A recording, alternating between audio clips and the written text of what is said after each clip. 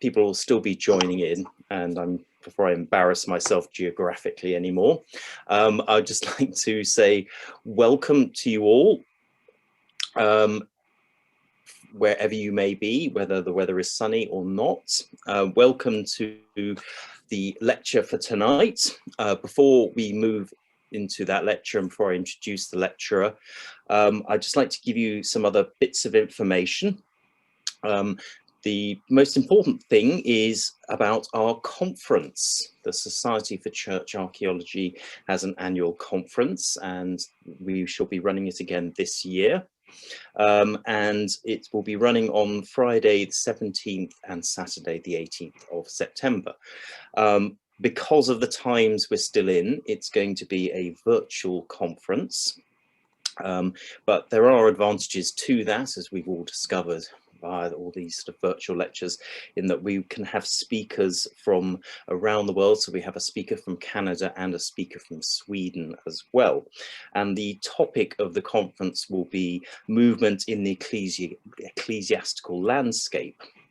So if you're interested in joining us for the conference, you can find full details and speakers on our website. It's of course free for our members, and a very modest fee of £8 for non-members. But of course, I would always urge all of you, if you're enjoying our lectures, if you're enjoying everything we do, please do join the Society for Church Archaeology, because without members we can't put on things like these lectures and other events like the conference. I should also mention that there will be, for members only, a virtual post-conference tour as well. Again, that's something we normally do as part of our sort of traditional conferences, to have a tour of relevant sort of churches or other ecclesiastical things close by to wherever the conference is. But we are putting together a virtual tour as well for members only. So again, details of that can be found on our website. I think we can move on to our lecture tonight. And tonight we have Dr. Martin Huggon, who also happens to be the editor of our journal Church Archaeology, but that's not why we've dragged him along. He's actually going to talk about an area of his expertise. Martin studied at the University of Sheffield for various degrees, and his doctoral research was on medieval hospitals, and he has continued on in that direction and in others as well. But he's going to be presenting tonight about medieval hospitals, and as I was getting ready for tonight, I got everything ready to tell you about the conference, but I actually didn't write down the title of your talk, Martin. So I will just say it's, you share your screen. There we go. Charity, Medicine and the Medieval Hospital, the Archaeology of Care and Hospitality for the Poor and Sick. Fantastic. I've been saved there. So without further ado, I will hand over to our speaker, Martin, and he will be telling us all about this topic. Thank you. Oh, before you start, I should remind you, I always forget this one, if you have questions, can you put them into the chat box, and then Rob will read out questions at the end. Okay, take it away, Martin. Okay.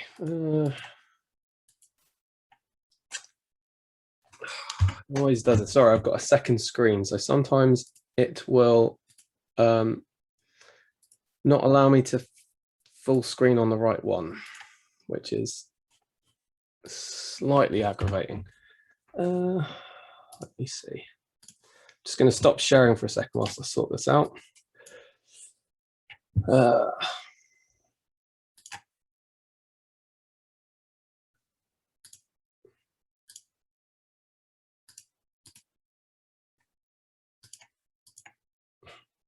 Can everyone see that screen there?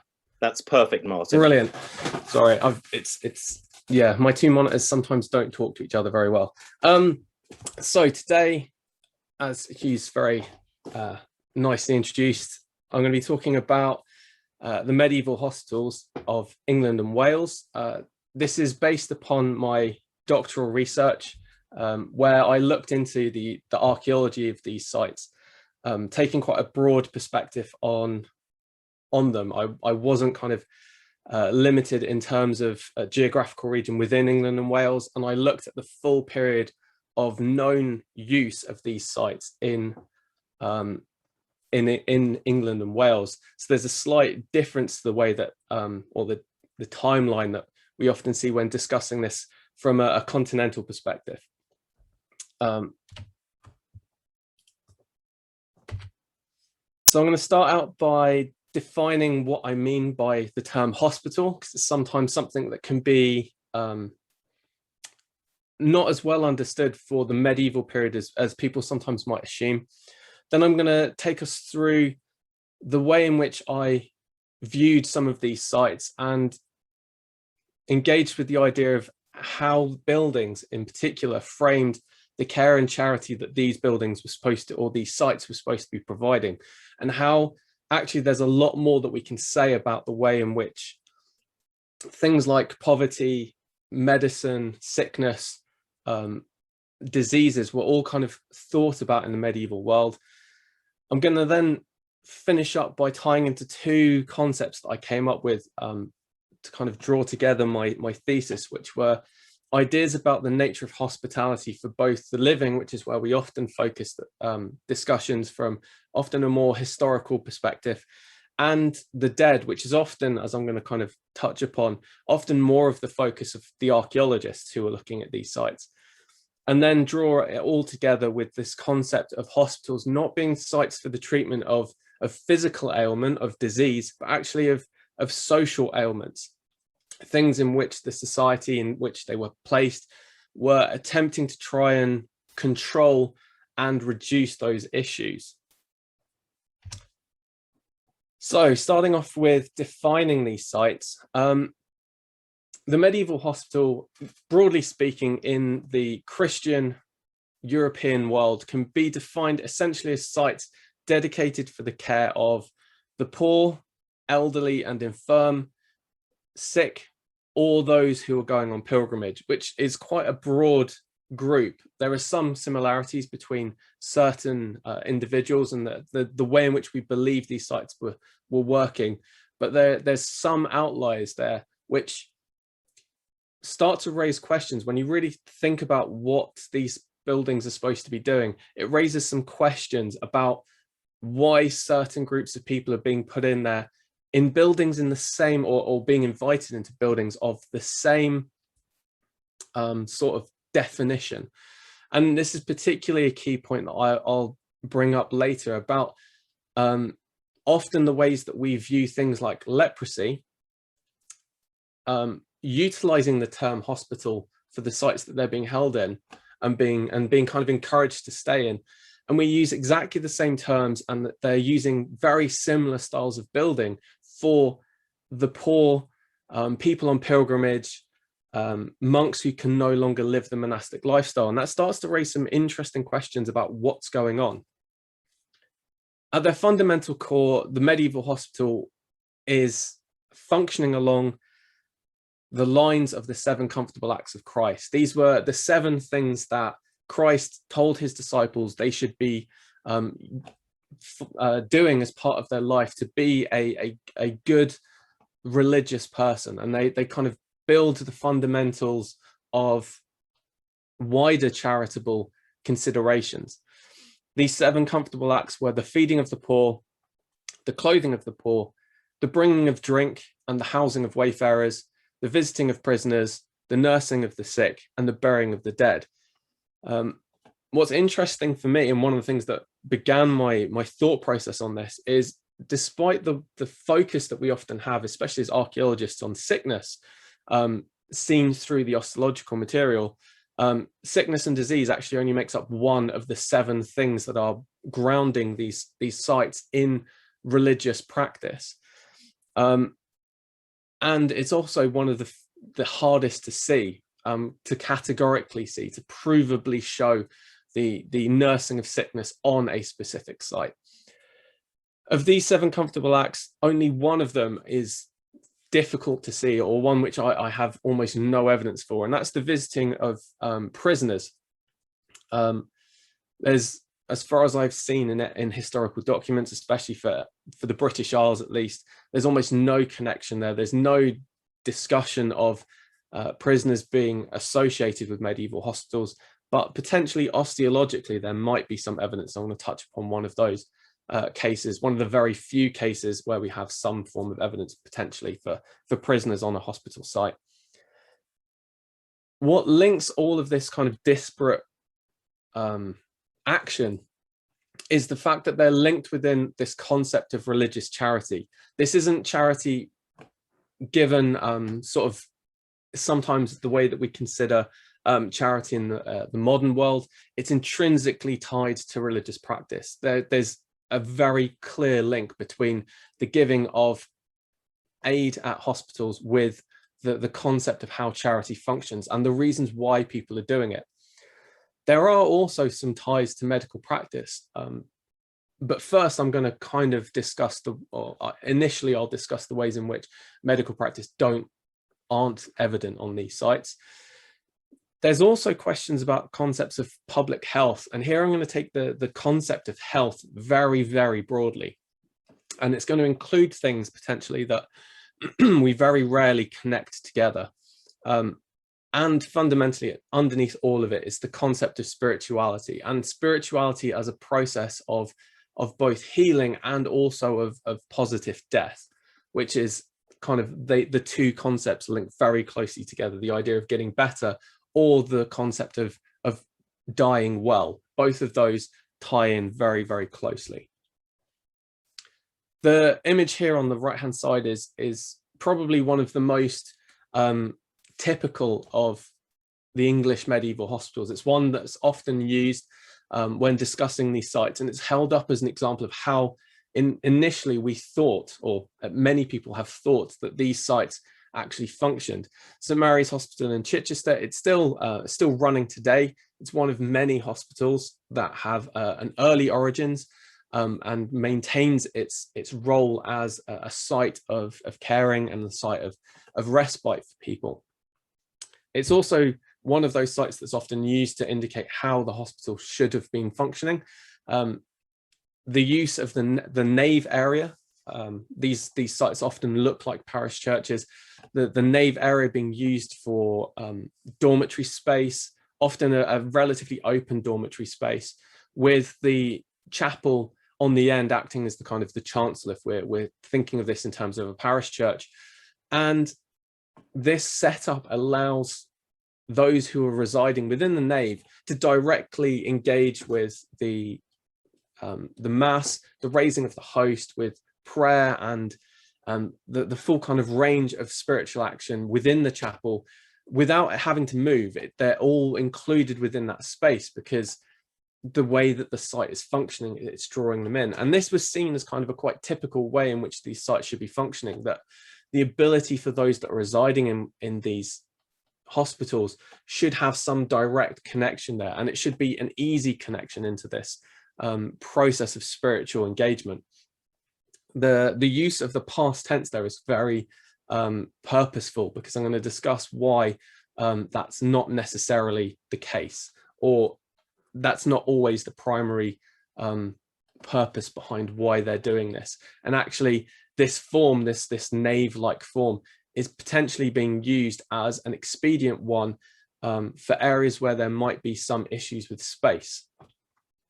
The other thing is to point out as well, when we're discussing St Mary's at Chichester and many other sites like it, there's almost no discussion of where other important buildings are, such as the kitchen, such as the staff quarters, such as any form of dormitory space or hostel space for travellers, which is often a really important component of how a hospital functions. The sole focus has been on this sort of nave and chancel approach, without actually looking more broadly, which has some really fundamental problems associated with it. The other thing that I'm going to point out now is I'm going to use the term infirmary quite a lot. But there are many cases when a hospital is not an infirmary, but an infirmary can be a hospital. The fundamental way to kind of highlight this is the building known as the infirmary on a monastic complex. I'm not going to be discussing those sites at all. in many ways, they're both completely unrelated and following very similar premises of how they function. The main important point here is that an infirmary for a monastery is almost always associated and focused upon the religious community of that monastery. It is incredibly rare that you would have outsiders, secular individuals being hosted in that infirmary area. And in almost all cases, those people who would be brought into that infirmary space would be very important people, benefactors, rich, wealthy visitors. It's very unlikely if, for example, a peasant turns up at Fountains Abbey saying that I'm feeling unwell or I need rest, that they would take him into the infirmary hall. They'd almost definitely place them either in the guest house or more likely a actual medieval hospital located outside. And many monasteries had this. Reading Abbey, Battle Abbey have two very clear cases. Thornton Abbey, one that both Hugh in particular knows a lot about, and myself from working there, has a hospital outside the technical walls, the technical compound of the monastery itself. And that's very purposeful. The infirmary hall in a monastery is for the religious. The hospital infirmary is it is for the secular people. It is for people that cannot live a monastic life or choose not to. The interesting thing also about the infirmary, we often forget, is the infirmary was actually a place you didn't want to have to go to. Having to go into the infirmary was an indication as a monk that you couldn't continue the monastic lifestyle. You couldn't continue the hours of the day. You couldn't work or write. You were, in essence, incapable of doing the monastic lifestyle. Benedict is very clear in his writings on this. If you go into the infirmary, you must pay penance for returning from it, because you're a conduit for danger for the community itself. You are a weak link within its religious lifestyle. You are a place where sin and lackadaisical ideology might come into the community itself. So that's the reason why the infirmary is isolated outside of that main cloister compound. And also, if you're looking at sort of how difficult it is to get into these buildings, it's one of the hardest buildings or rooms within a monastic community to get into. Multiple doors, often having to go through things like the abbot's house or past the abbot's house. It's isolated away for that very reason, because the people that are in there are dangerous to the rest of that community. And this is something to bear in mind when we discuss about hospitals, the potential danger of the people that are being placed within them. When I started my thesis, I very naively thought that I could have a pretty good look at the material available for England and Wales, knowing that there are well over 1,100 sites within England and Wales alone. That number is actually probably more likely to be around 1,250 known sites. And those are the ones that we know about. A really good case in this is if you look down at Cornwall and Devon in the bottom left corner, you'll see quite a large number of dots showing sites. Probably about 50% of those dots are only known from one inventory carried out in 1307 as an inventory of a number of sites related to religious communities in that area. So we don't know when they were founded, we don't know who they were for, we don't know when they died out or were refounded or changed into anything else. All we know is that in 1307 there is said to be a hospital on that site, and some of them give us a little bit of information, including that a number of them were only for 2 or 3 leprous people. So they're incredibly small sites. So some of these are quite small, very short-lived. Others, places like St Leonard's in York or St Mary's Spital in London, are looking after well over 150, close to 200, or even over, in the case of St Leonard's, 200 individuals at any one time. And they have staff of, a dozen at least religious brothers, half a dozen to a dozen women who are the carers. Then you've got lay brethren and other kind of secular male servants and attendants who are looking after the smithy, for example, or looking after the supplies and stores. So these can be quite large complexes. Most typically, they're probably caring for around somewhere between 12 and 25 individuals at any time for the vast majority of the cases across England and Wales. The point on this slide to also bear in mind is the number of sites that are caring for the poor. Well over 50% of all medieval hospitals in England and Wales were for the care of those that were poor or who were elderly and slightly infirm, but weren't either suffering from something like leprosy or technically sick. They're people that can't look after themselves, not necessarily those that are unwell for a temporary short amount of time or suffering from leprosy. Leprosy was an important component of medieval hospitals, makes about 25% of all of those that we know about. But from about the time of the Black Death, the mid-14th century, the number of leprosy hospitals being founded reduces quite significantly, and a vast number are starting to either disappear or change who they're caring for, either caring for those with suffering from leprosy and the poor or the infirm, or for travelers, or for the sick, or just completely getting rid of the concept of caring for leprosy at all.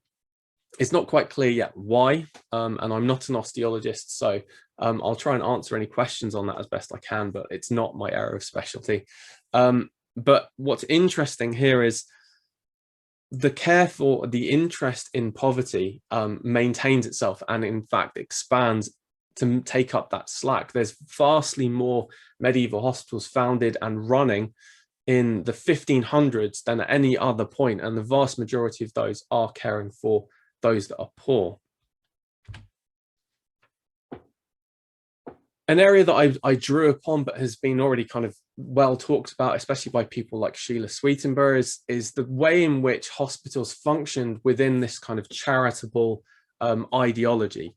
She highlighted the way that hospitals functioned within a conceptual wider spiritual economy, a way in which benefactors and people donating components or materials or money were buying into an economy where there wasn't any physical, technically wasn't any kind of physical object coming back to them, but what they were buying was spiritual benefits, and to the medieval mind, very concrete spiritual benefits.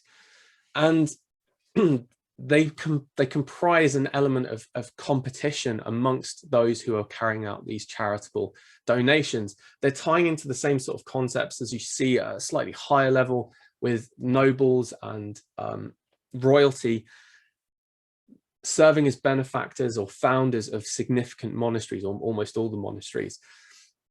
The medieval hospital is playing into the same dialogue, the same concept, but they're frequently actually serving as a more easily engageable form of religious charitable engagement than monasteries. Monasteries required very large donations. They required quite a substantial amount of input to make them sort of successful and to guarantee their longevity. We can kind of clearly see in historical documents, in charters, the way in which monasteries are founded upon concepts of property that they can control. The medieval hospital almost doesn't really work on the same level or in the same concept. Athena Watson wrote a very important paper in the 2000s about this concept of the hospital isn't being provided with some of the things that a monastery would be. It's not as well established. It's much more amorphous, and it's also much more precariously positioned.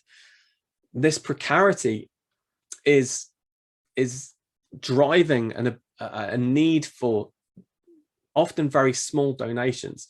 One of my favorite ones is one of the Oxford hospitals. One of its own tenant farmers is every year donating a bundle of wood for the feast day of St. John the Baptist. that's a very, and they take that every year, they record it, they say prayers for that tenant farmer.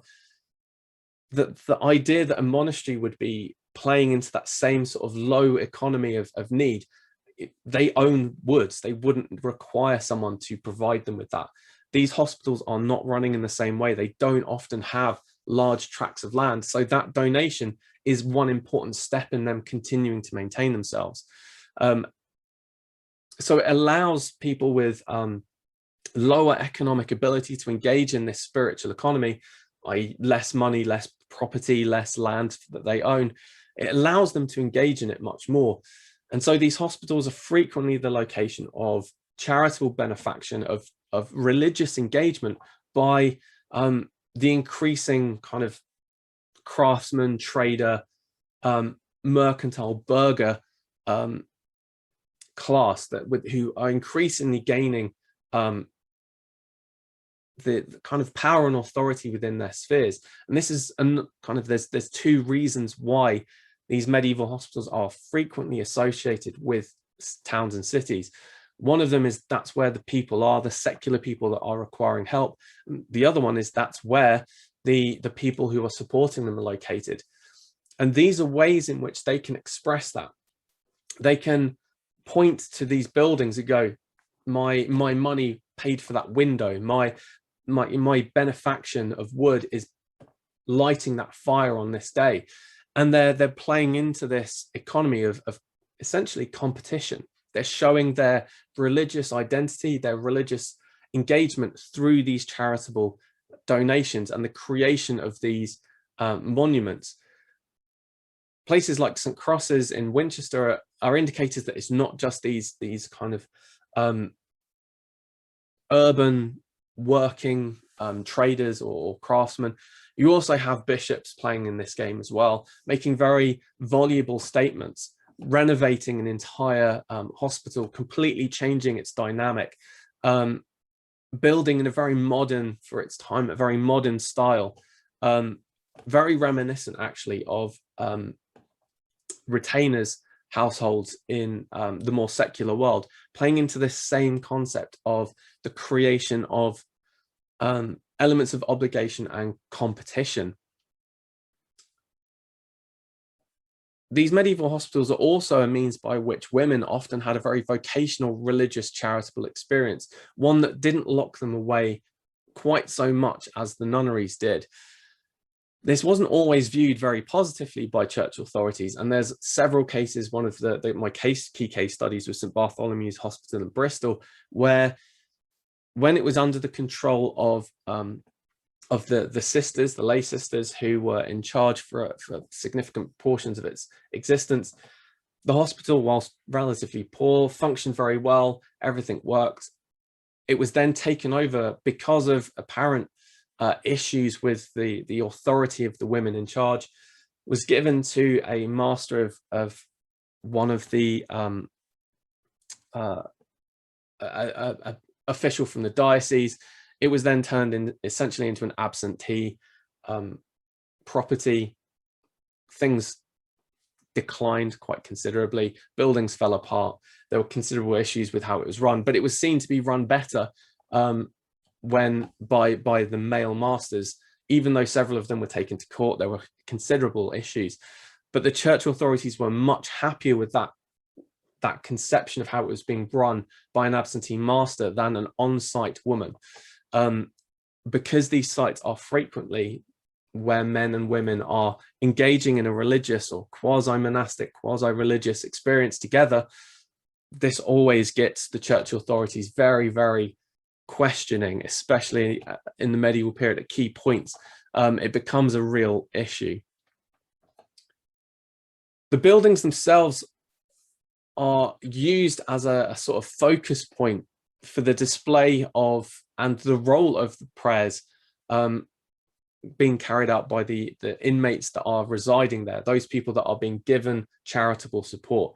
The buildings, in essence, are visible locators within which people can see that charitable work being given and know that the people inside are praying for the founders, the benefactors, those that are helping these buildings grow. And that's a really key function of how they're working. Essentially, especially the earlier ones as sort of pre-chantries, utilizing poverty, sickness, those who can't look after themselves, who can't pay for it themselves, using their prayer power to essentially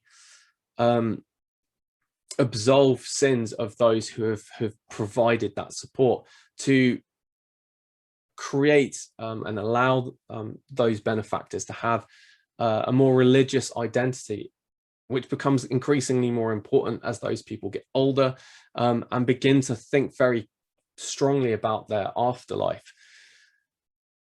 The hospital is also seen as quite a beneficial place for those that reside within them. So there's a sort of two-way, reciprocal, symbiotic relationship here.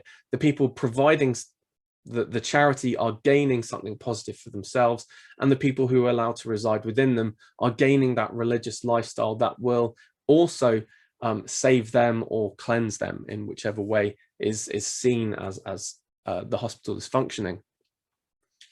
But we can also see some of these functions more clearly through other ways in which these hospitals functioned. We can see other concepts working here, which potentially have just as much importance to the reasons why this charitable benefaction was continued throughout the period. They're one of the earliest forms of religious expression after the Norman conquest, and they are retain that strong element right up until, well, through the Reformation, up till 1546, essentially, when Edward closes the chantries, and anything that functions like a chantry, there are still foundations being made during that process.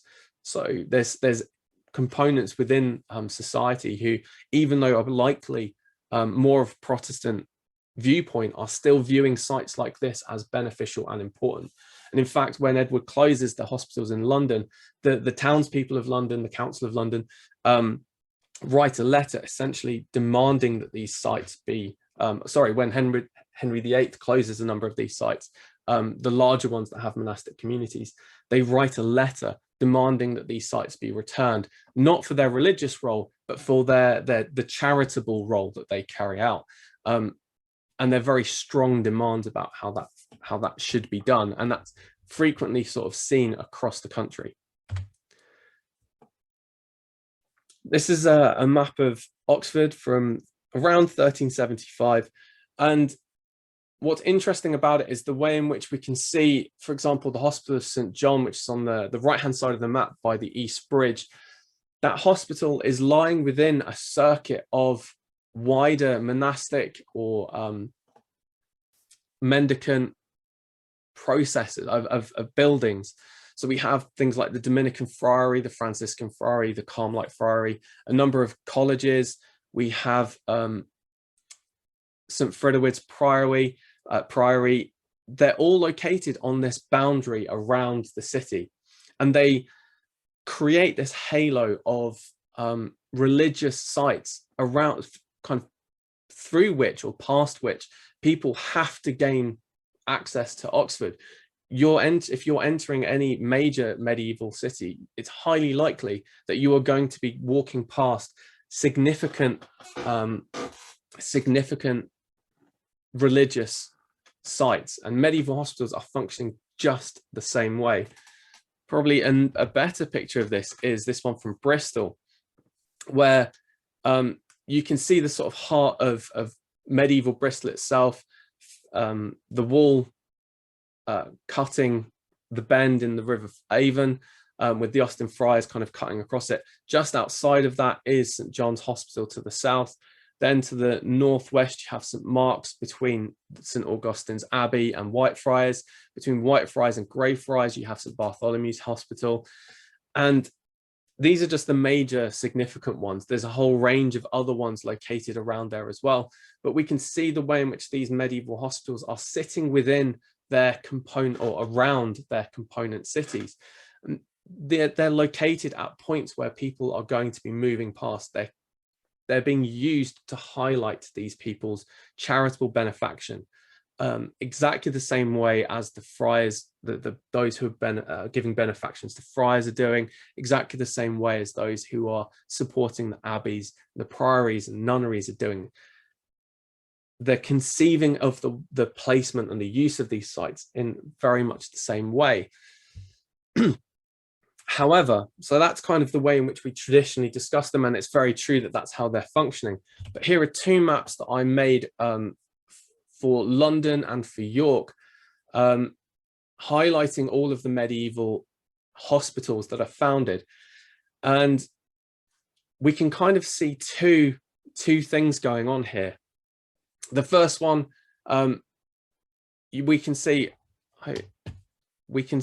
oh, if everyone can hopefully see my mouse cursor, I don't know whether you can, but if you're looking at London, you can just about see the run of the old medieval wall from the Tower of London in the sort of the east, curving around to the north, and then cutting back down near kind of around Blackfriars Bridge.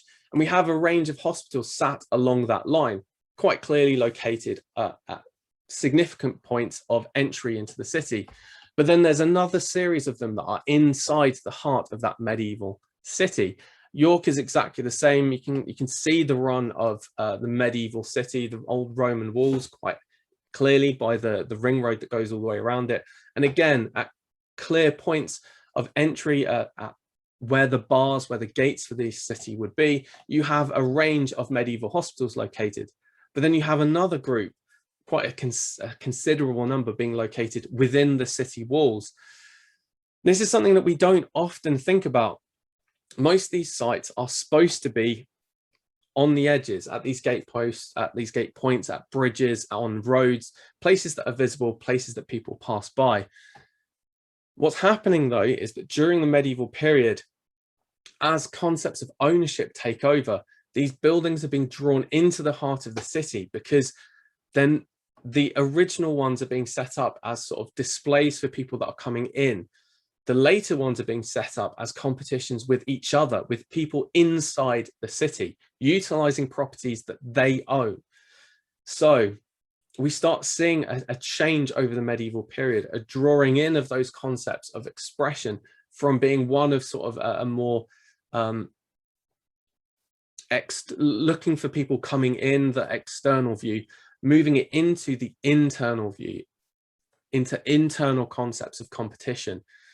And this might be why hospitals survive as a concept, even though a number of them fade away individually, they lose benefactions, they struggle, they lose out on money. New ones are being made because of this increasing use of them as competition by a certain group, these traders, these craftsmen, people that most associated with these medieval hospitals in number, often found in quite small ones. There's a number across the country that are founded just in someone's house. They just give their house for sort of a day or for a generation, a lifetime, and then it returns or is sold or however they argue it. But we can quite clearly see that some of our arguments about how medieval hospitals function are true, but there are other things going on.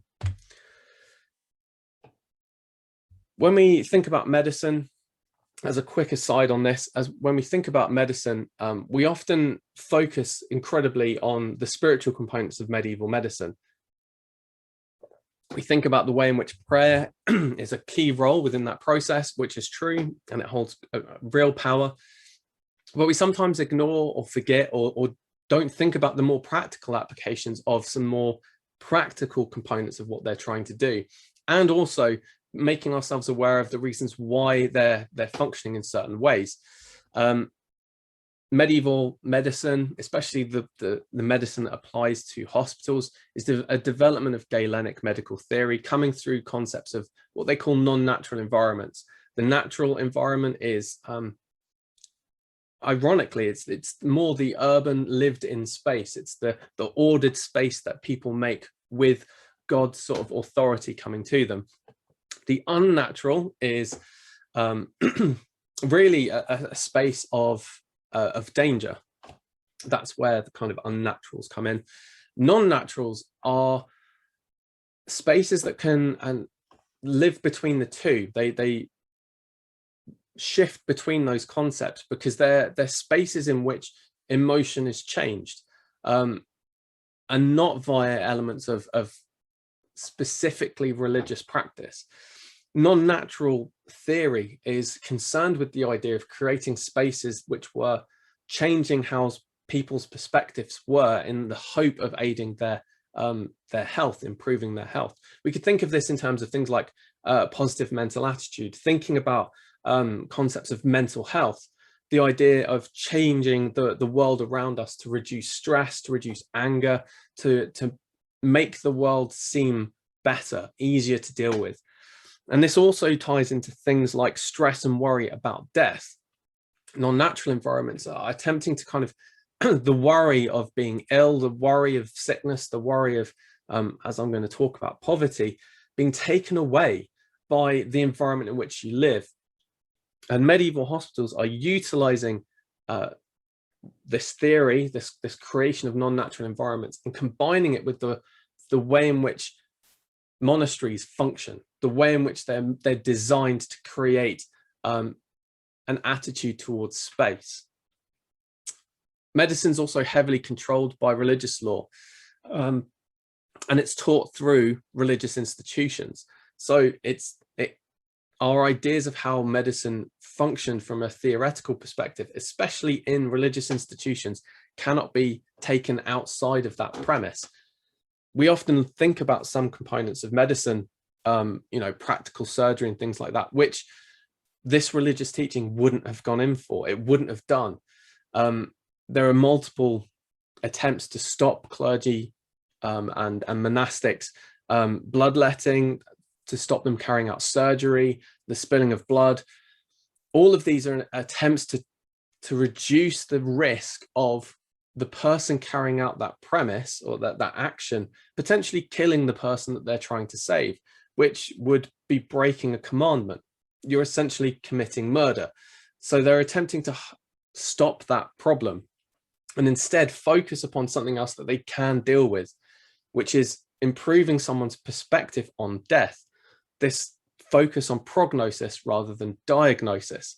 They're not caring about what it is that's actually happening to you. They're worrying about what's going to happen, what is going to happen to you in the long term. Will you get better or will you die? And if you die, how are you going to die?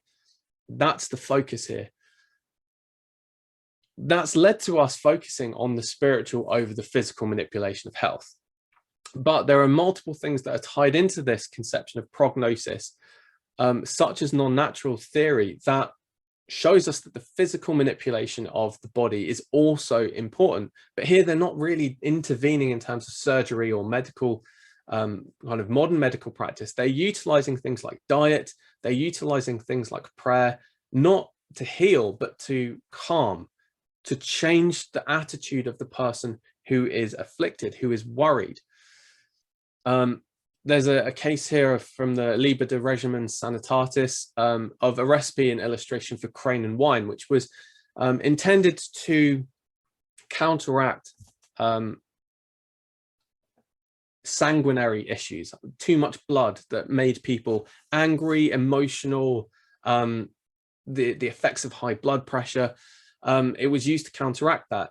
So it was an attempt to shift the humours, the four humours, the two that are in opposition here, which is blood, shifting blood more towards black bile to mellow out that that balancing act there. There's a warning on this recipe saying that you shouldn't eat too much of it, have some but not a lot, because crane in abundance will create melancholia, an overabundance of black bile to a clinically bad perspective. Recent sort of nutritionists looking at this were kind of basically stated, yes, it will probably give you melancholia because an excess of eating crane meat causes constipation. So yeah, you're going to be melancholic if you're constipated on an excessive level. So there is an awareness of the way in which the physical world is manipulated. They understand action and counteraction. They might not understand the process, but they understand eat something and it helps with blood pressure, eat too much of it and you feel really upset and down and melancholic, and it affects you badly another way because you're getting an over exuberance of black bile in your body. As archaeologists, we run the problem that we focus heavily on skeletal evidence from medieval hospitals for looking at things like health. Well, there's two big problems there. One is that the kind of biggest one that is often ignored is the fact that we don't necessarily know that the people buried in a cemetery associated with a hospital are actually people that resided at the hospital. Part of the charitable function of these sites is the burying of the dead. And there are multiple cases across the country where parish churches, local parish churches, complain about hospitals essentially poaching their burials. People are choosing to be buried in a hospital cemetery rather than being buried in their parish one. So people are choosing to be buried in these sites. There are also members of the parish who, for whatever reason, might not be able to be buried in a parish church at that time. It may be to do with costs. It may be to do with associations. There are a number of reasons why someone might not be being buried in a hospital cemetery who also was not a resident there. So when we're looking at concepts of health, of broken bones, of enamel hyperplasia, indications of dietary or physical or mental stress, we might not actually be looking at people who resided there. We can't necessarily know. Now, there are certain cases where there's a higher percentage chance that those people will be. So leprosy hospitals are a good case of that.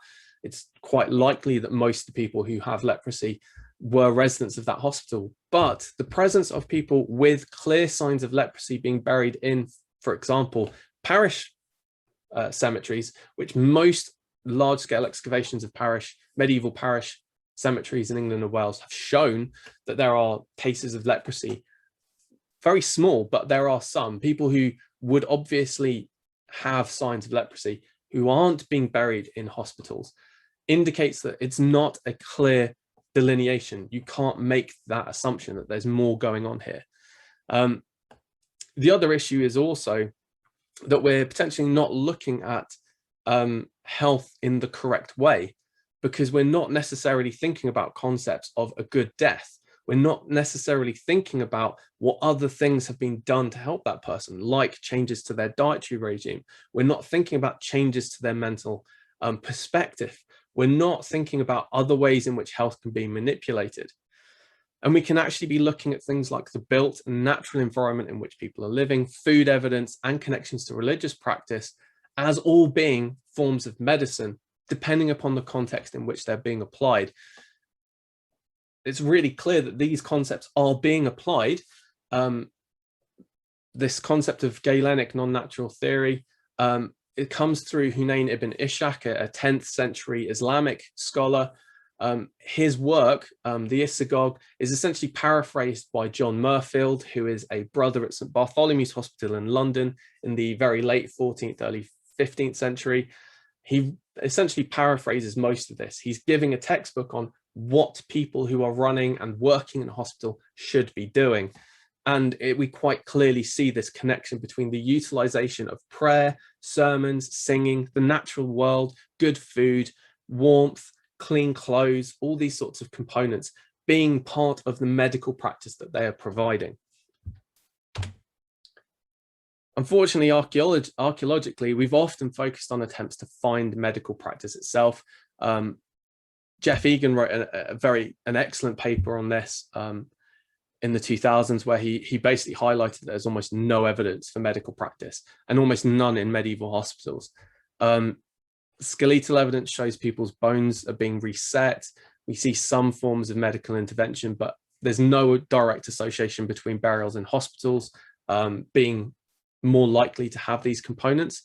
And there are other reasons why someone might choose, if they've had a break, to be buried in a hospital, which I'm going to get into later on at the end of the talk. We have things like copper and lead sheets near joints, which we don't really understand.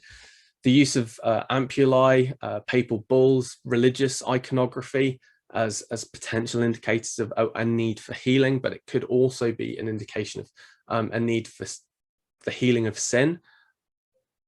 We could probably actually combine those two, connect them quite well, given the way that health is conceived of, but We don't always carry that out.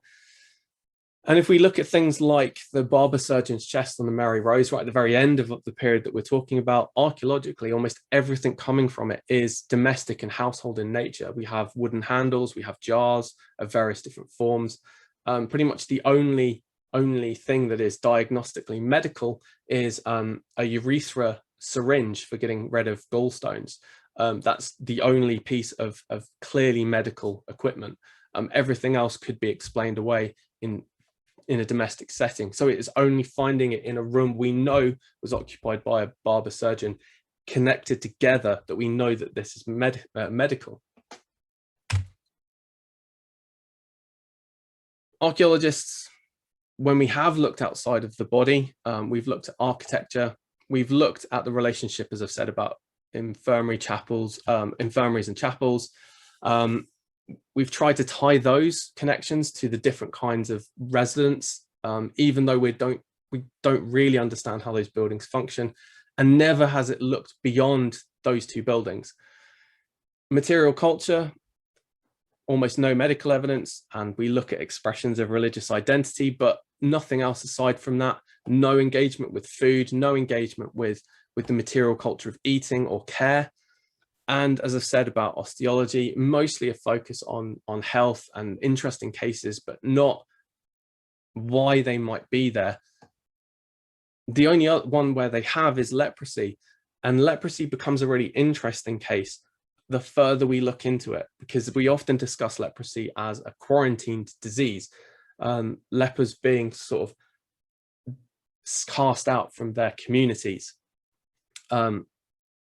But that's an interesting problem that I'm going to finish on. When we look at these buildings, we usually discuss them as having been kind of haphazardly laid out apart from the infirmary and the chapel. But actually, the more we look at them, or the more that I looked at them, the more I started to see a pattern. This is St Mary's Spital in London, probably the second largest medieval hospital in England. And we can quite clearly see a very monastic flavor to this. We have a clear cloister. We have not quite a full monastic church. It's missing the nave component, but we have a church with, or a chancel with two transepts. And this would tie into an idea where the residents would be in the transepts and the religious action would be happening in the chancel, and everyone would be connected into that building, which is okay until we realize that in the before 1280, all of the residents in the transepts were removed and placed into what is building 5 on the left-hand diagram, the infirmary building. They were completely taken out of the church building and put into a separate one. As it's kind of clearly shown, a smaller one, even though they were doubling the number of people that were resident. They make extensions, but there's a clear movement away from this connection between residing just outside the chancel and the chancel itself. And the chancel becomes a place of smaller chapels, areas for the burial of important people, not for the residents to be directly associated with, or it doesn't seem that way. In fact, one of the doors seems to have been blocked up that allows connection through.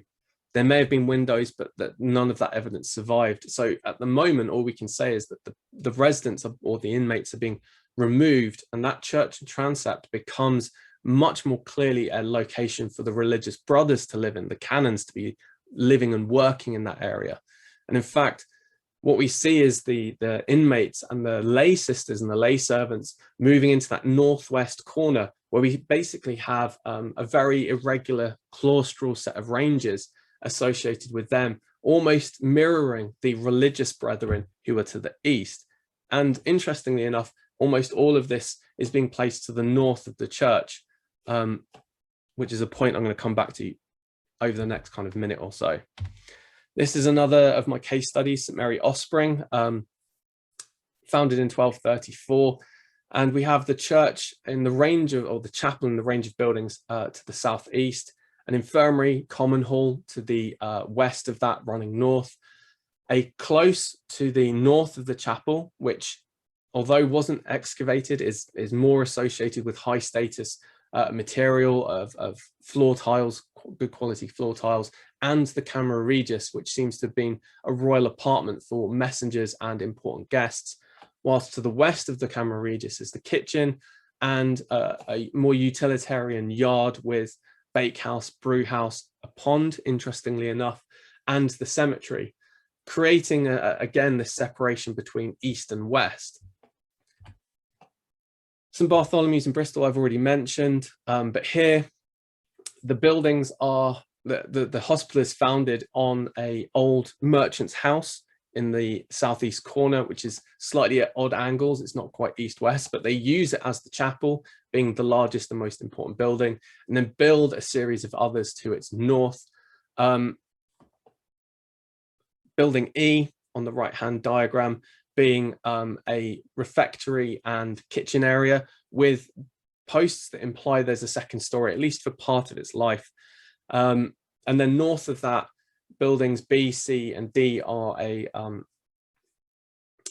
latrine, a water house, and a granary. And then building A is the women's dormitory, with building F being unclear what it was, but it's likely to do with some form of dormitory space, potentially for the male residents if they weren't residing in building E, and for guests and staff at various different points. But in each of these cases, it's quite clear that the building to the southeast of this, these complexes, is usually the chapel, and status is associated with connection to it, and the buildings are moving to the north. Two more examples. I think I've just got two more, and then we'll move into the final component of this talk. St Giles at Brough, a rural hospital, which has cases of leprosy in its cemetery.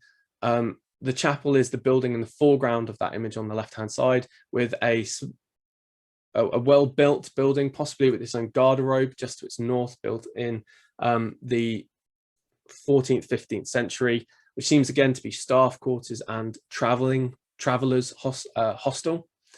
Whereas to the west, in the background of that image, on the western side of the road, there are barns, kitchen areas, and other buildings that are likely to have been dormitory spaces for the residents of this hospital, separated quite clearly from the church. There's a very clear break between those two groups, east and west, with again the chapel in the southeast corner. And St Mary Magdalene Winchester, a very recent case excavation. The building to the south is the chapel with the cemetery to its south, and to the north of it an aisled hall that looks to be its dormitory range.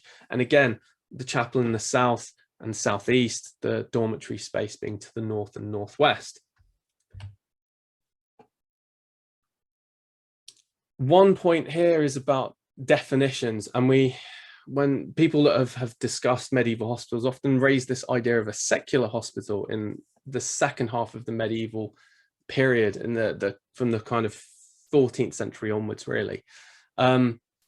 Very poorly defined, almost never defined really what they mean by secular. But it isn't architecturally secular, it isn't architecturally different from these religious sites. This on the left is a plan of St Giles, a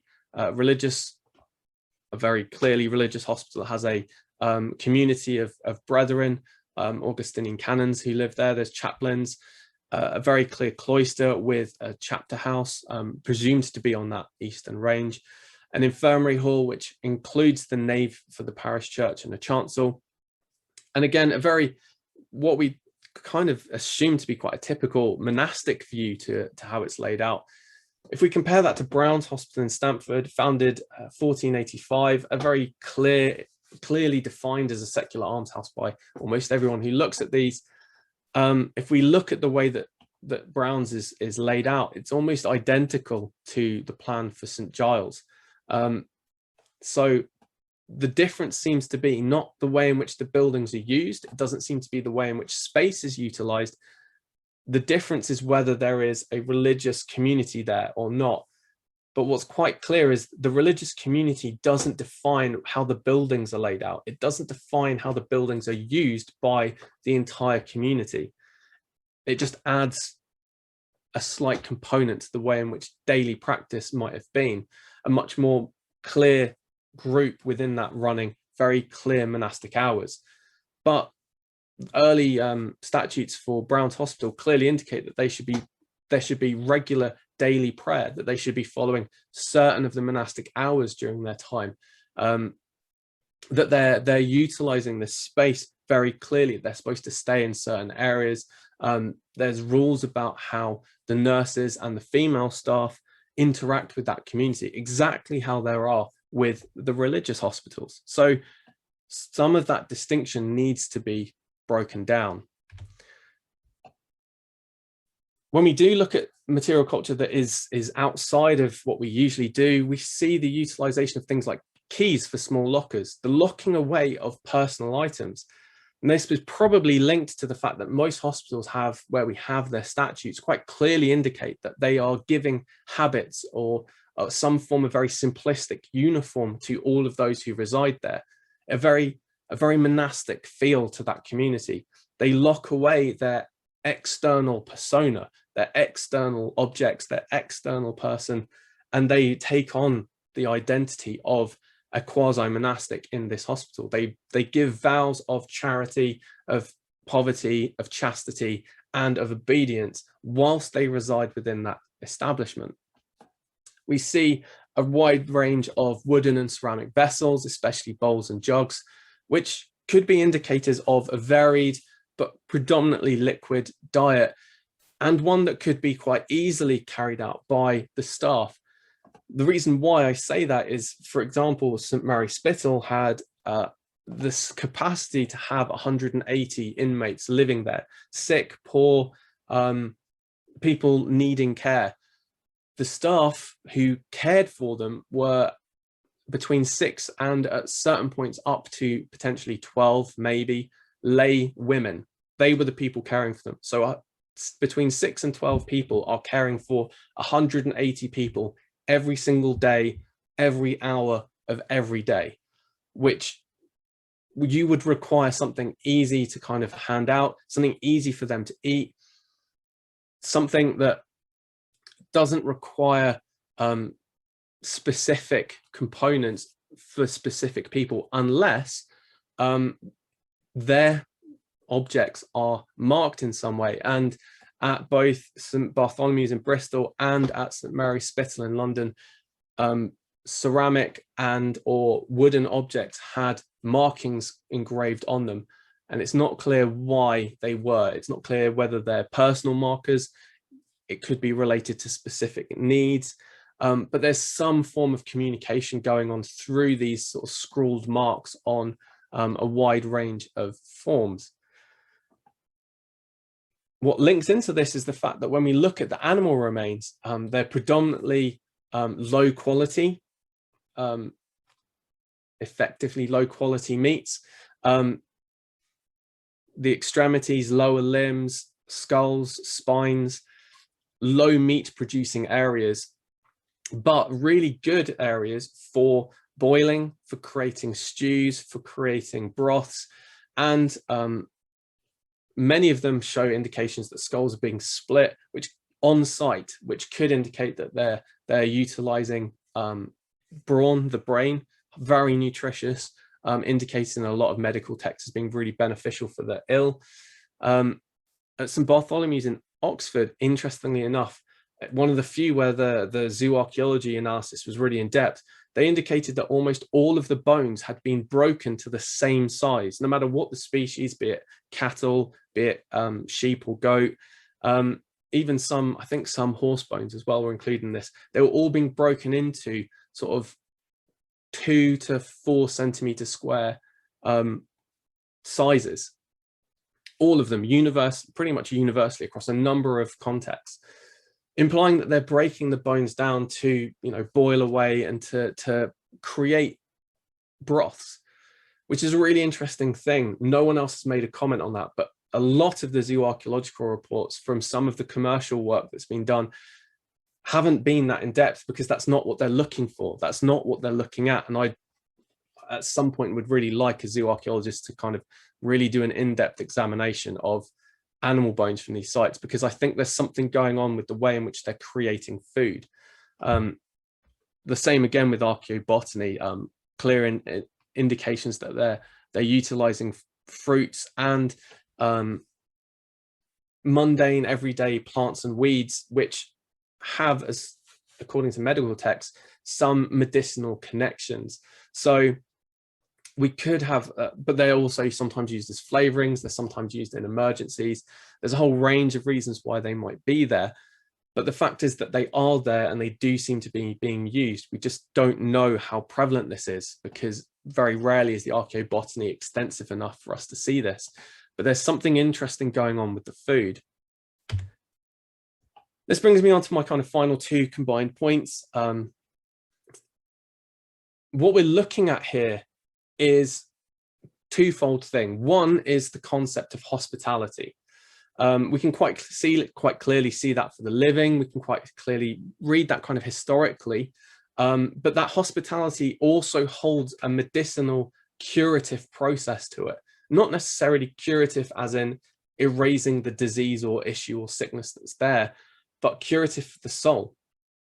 They are quasi-monastic institutions utilizing the framework of a religious lifestyle, but clearly being indicated as separate, because we're not getting a monastic layout. In fact, or we are getting components of a monastic layout, but they're being placed north of churches in almost all cases that I looked at. Kind of over 90% of all the sites where I had some indication of what's going on with the buildings, they're either going north or they're going west and north. Very rarely do you get any indication that there's buildings to the south that aren't incredibly important to the religious component of those sites.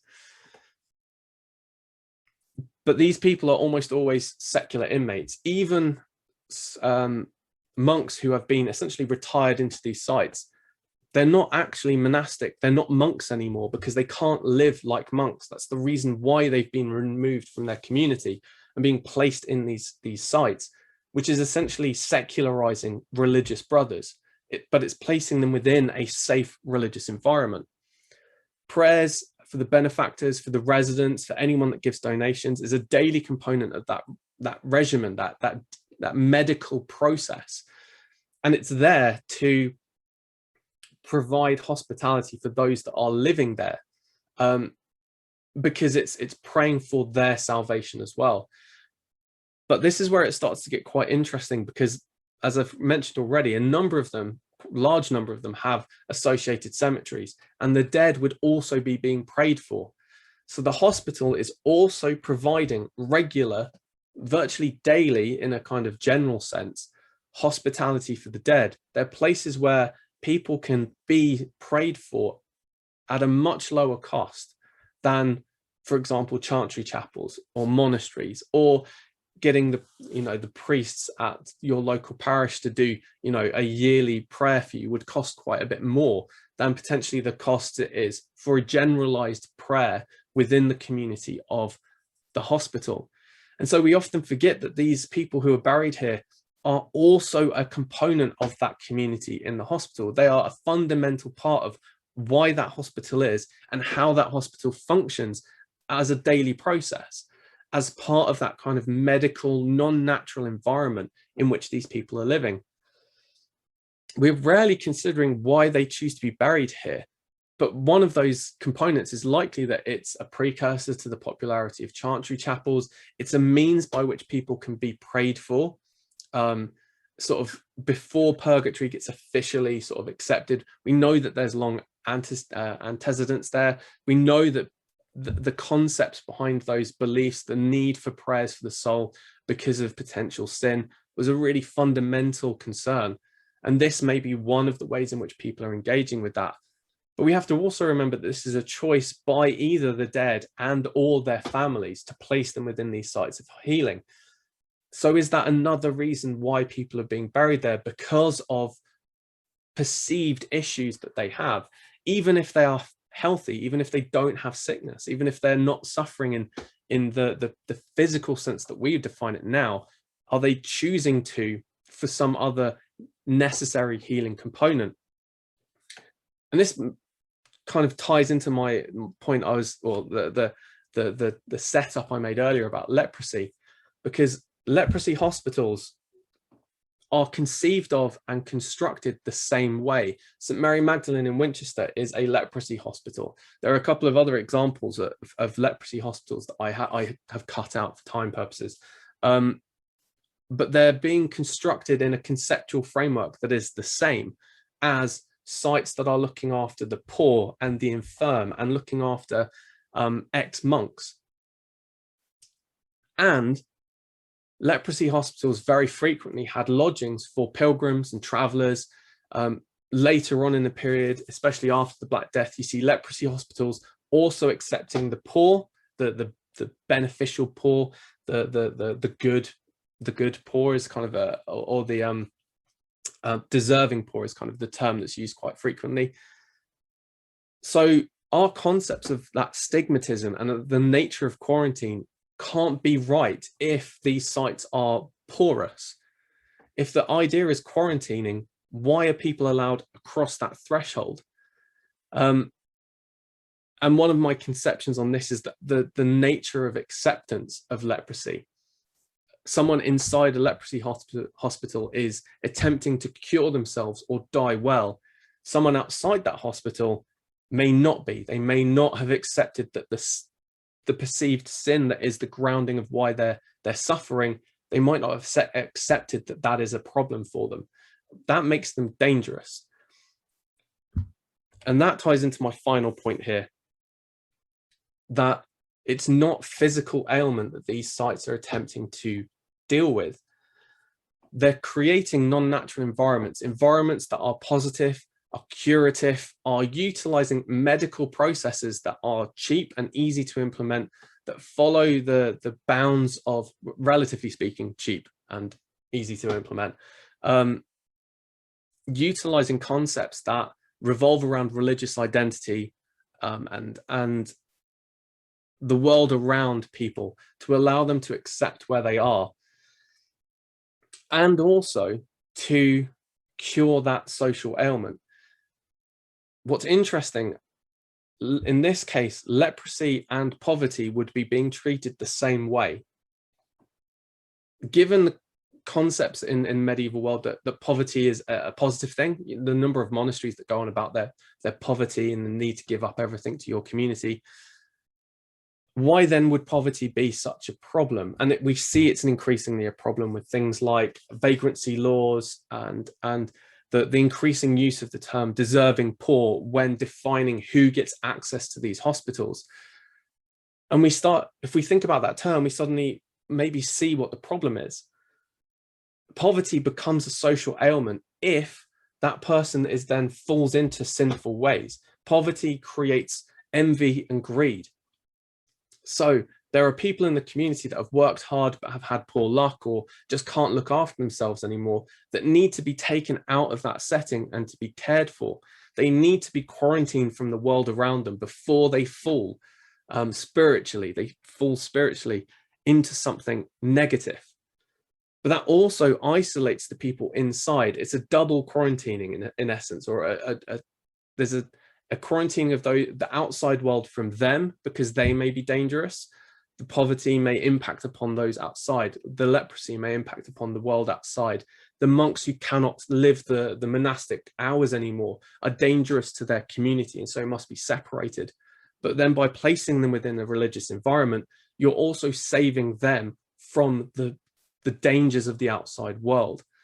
So it's not physical, it's a social ailment that they're attempting to deal with. Or at least there are social components to the ailments that they're trying to deal with. Sorry, I've overrun slightly, but or quite a bit actually, but thank you very much for listening. And I'm more than happy to answer questions of any kind. Well, thank you very much, Martin. You've given us lots to think about. I think we've got time for a couple of quick questions, which I think Rob will field. Yeah, we've got a couple of quick questions. If you don't mind, the first question is going to be one of my own.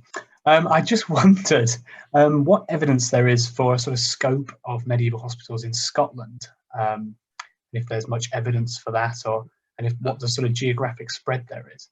I've not looked into the Scottish ones yet. It is an interest of mine, but they seem to be doing quite similar stuff to England and Wales, time-wise as well. So one of the things I didn't really mention is the fact that England, we only really get very clear evidence of hospitals from 1066 onwards. There is probably something Anglo-Saxon before, but it's not called a medieval hospital. It's not envisaged the same way.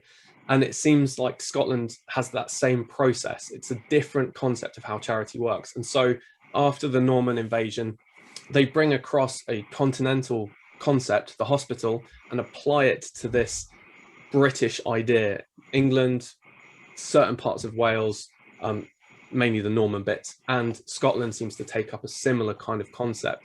And they seem to be in the same places. They're relatively urban or suburban in their composition. And the few that I've seen, I've not looked into it to challenge this, but the few that I've seen don't seem to go against what I'm saying. They also seem to be following a similar idea of creating slightly monastic compounds, but not placing stuff to the south. But I need to do, it's one of the areas I actually want to go and do some work in, is look at what happens in Scotland and Ireland as well, because there'll be some interesting connections that are different to the way that England's formed. But as far as I'm aware, Scotland seems to be doing similar. Interesting, thank you.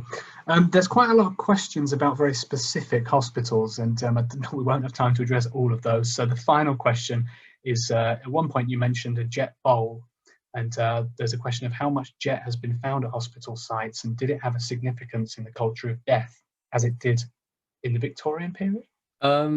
Almost none, as far as I'm aware. No jet has been found on a hospital site. So the jet bowl is actually found from I think it's Merton's Priory. I think that's where it's from. So it's actually not associated with the hospital at all.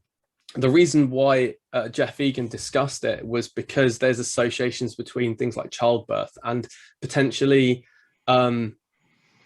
more home remedy approaches.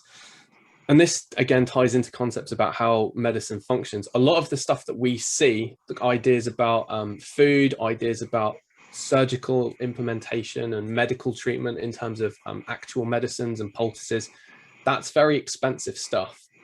That's only for the richest people, mainly because only the richest people are going to risk being cut open by someone, and only the richest people can buy someone to do surgery on them. They need to be paid a lot of money to do something like that because the risks of death are quite high.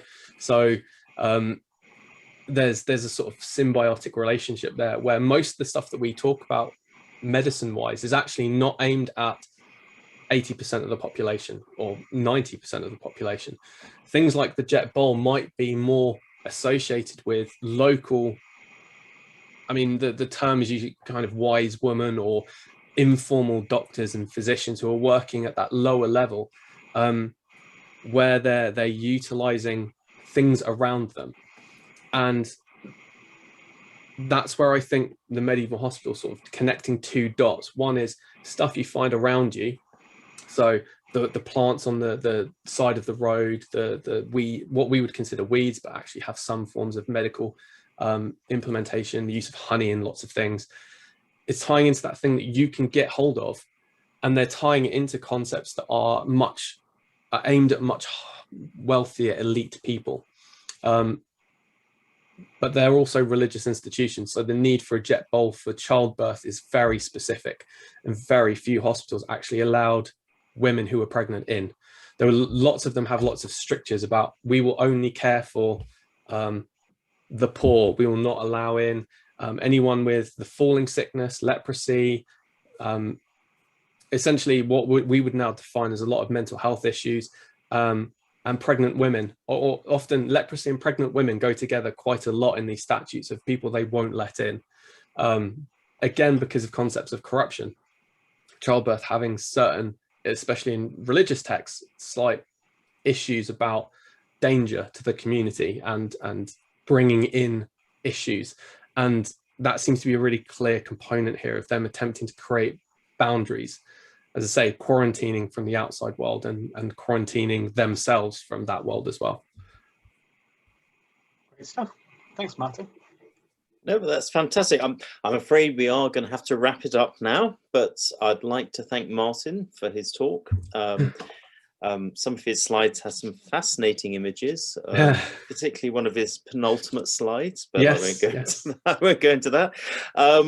So as well as thanking Martin, I'd like just to let us know, that you all know, that our next talk, this time next month, is from Meg Bolton, and she will be talking about decorated thresholds from early medieval churches. So I really hope you can all join us then. But in the meantime, again, thank you to our speaker. Thank you to you all for attending, and we hope to see you next month. Thanks very much. I also, I'd say if anyone wants to send me questions, just you can send them to my email that's on the website, SCA website. Feel free to contact me that way.